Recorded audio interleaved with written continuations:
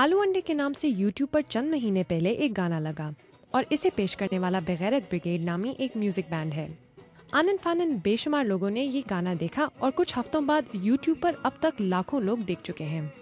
तकरीबन हर मारूफ TV channel और अखबार ने इस बैंड का इंटरव्यू किया और फिर इस बैंड के बारे में जिन लोगों ने कुछ लिखा उनमें से सबसे पहले कॉलम निगार नदीम पराचा हैं, जो अक्सर मजहबी इंतहा पसंदों पर तनकीद करते हैं। नदीम पराचा से पूछा गया कि ये आलू अंडे गाना इतना मशहूर क्यों हुआ।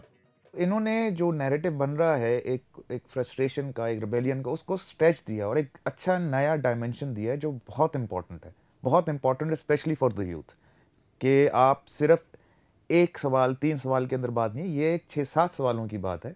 जब तक आप वो सवाल पूरे नहीं कंप्लीट करेंगे आपके अंदर आपका माइंड खुद नहीं क्लियर होगा। तो दैट्स व्हाई आई थिंक ये बहुत सिंपल वीडियो, बहुत सिंपल सॉन्ग ने बहुत बड़ा काम किया।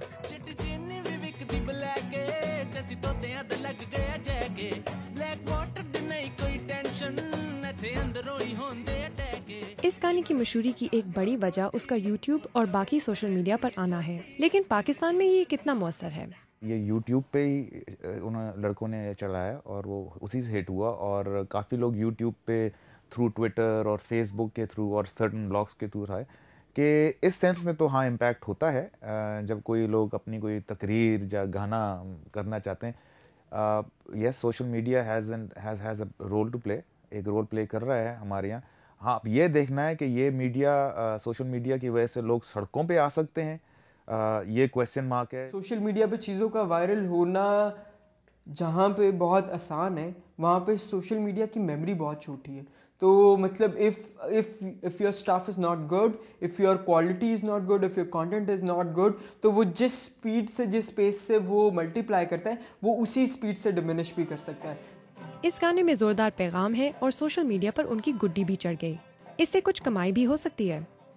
जिस किस्म का म्यूज़िक हम कर रहे हैं इसमें से इनकम तो नहीं हो सकती, ये तो हमारा शौक है, ठीक है ना। हम कमाते कहीं और हैं और हम मतलब लग्जरीज हम भी कोशिश कर सकते हैं उस रेस में लगने की जहाँ पे we get luxuries for ourselves, लेकिन हम म्यूज़िक में इन्वेस्ट कर रहे हैं।